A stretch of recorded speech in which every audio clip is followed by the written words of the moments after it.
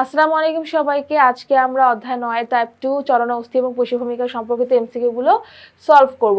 আচ্ছা, আমরা একটু প্রথম প্রশ্নটা দেখি কি বলেছে। বেশি একটা প্রশ্ন কিন্তু এই টাইপের মধ্যে নাই, ঠিক আছে। কন্ড্রিনের ভেতরে অবস্থিত গহ্বরগুলোর নাম কি? পেরিকন্ড্রিয়াম, কন্ড্রোসাইট, কন্ড্রোব্লাস্ট নাকি ল্যাকিউনি? অ্যান্সার কি? উত্তর হচ্ছে কি ল্যাকিউনি। কন্ড্রিনের ভিতরে যে গহ্বরগুলো থাকবে, দেখবে যে তোমাদের বইতে এক ছবি দেওয়া আছে, খুব সুন্দর করে গহ্বরগুলো বোঝা যাচ্ছে, এটাকে ল্যাকিউনি বলা হচ্ছে। লিগামেন্ট কি দিয়ে তৈরি? শ্বেততন্তু, টেন্ডন, পিততন্তু ও শ্বেততন্তু, টেন্ডন ও পিততন্তু, ফাইব্রোব্লাস্ট ও টেন্ডন। অ্যান্সার কি হবে? অ্যান্সার হচ্ছে কি পিততন্তু এবং শ্বেততন্তু, এই দুইটা মিলে কিন্তু সাধারণত লিগামেন্ট তৈরি হয়। টেন্ডন কোন ধরনের টিস্যুর উদাহরণ? আবরণী, পেশি, যোজক না স্নায়ু? অবশ্যই যোজক টিস্যু। কারণ কি, টেন্ডন কি করে? টেন্ডন এক ধরনের অস্থিসন্ধি, এটা হচ্ছে গিয়ে কানেকশন তৈরি করে, এজন্য এটা যোজক টিস্যুর মধ্যে পড়বে। আর যোজক টিস্যু মানে কি, যে যোজক টিস্যুগুলো হচ্ছে একটা অঙ্গের সাথে আরেকটা অঙ্গ, একটা কোনো একটা অংশের সাথে, আমাদের দেহের কোনো একটা অংশের সাথে আরেকটা অংশের মধ্যে এক ধরনের কানেকশন তৈরি করে। কানেকশনগুলো কিন্তু অস্থির মাধ্যমেও তৈরি হয়, আবার তোমার টিস্যুর মাধ্যমেও তৈরি হচ্ছে। নিচের কোনটা পেশি বন্ধনী, মানে পেশির সাথে কোনটা যুক্ত থাকছে? টেন্ডন, লিগামেন্ট, স্কেলেটন নাকি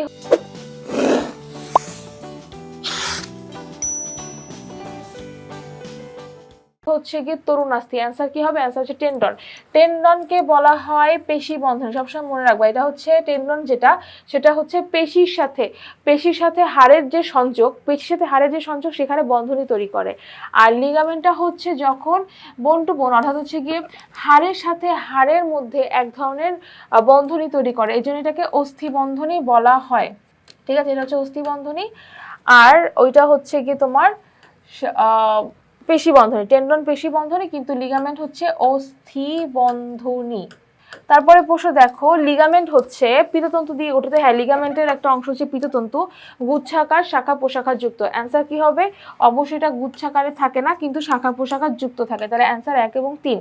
এরপরে প্রশ্ন দেখো, 50 বছরের বেশি বয়স্ক পুরুষ ও মহিলাদের দৈনিক কত মিলিগ্রাম ক্যালসিয়াম গ্রহণ করা প্রয়োজন? 1000 মিলিগ্রাম, 1200 মিলিগ্রাম, 2100 মিলিগ্রাম নাকি হচ্ছে 2200 মিলিগ্রাম? অ্যান্সার কি? বলতে তোমাদের এই কোশ্চেনের অ্যান্সারটা দেওয়া আছে, 1200 মিলিগ্রাম ক্যালসিয়াম গ্রহণ করা প্রয়োজন আছে। আচ্ছা, তাহলে আজকের ক্লাসটা আশা করি তোমরা অনেক ভালো করে বুঝতে পেরেছো। সবাইকে তাহলে অসংখ্য ধন্যবাদ।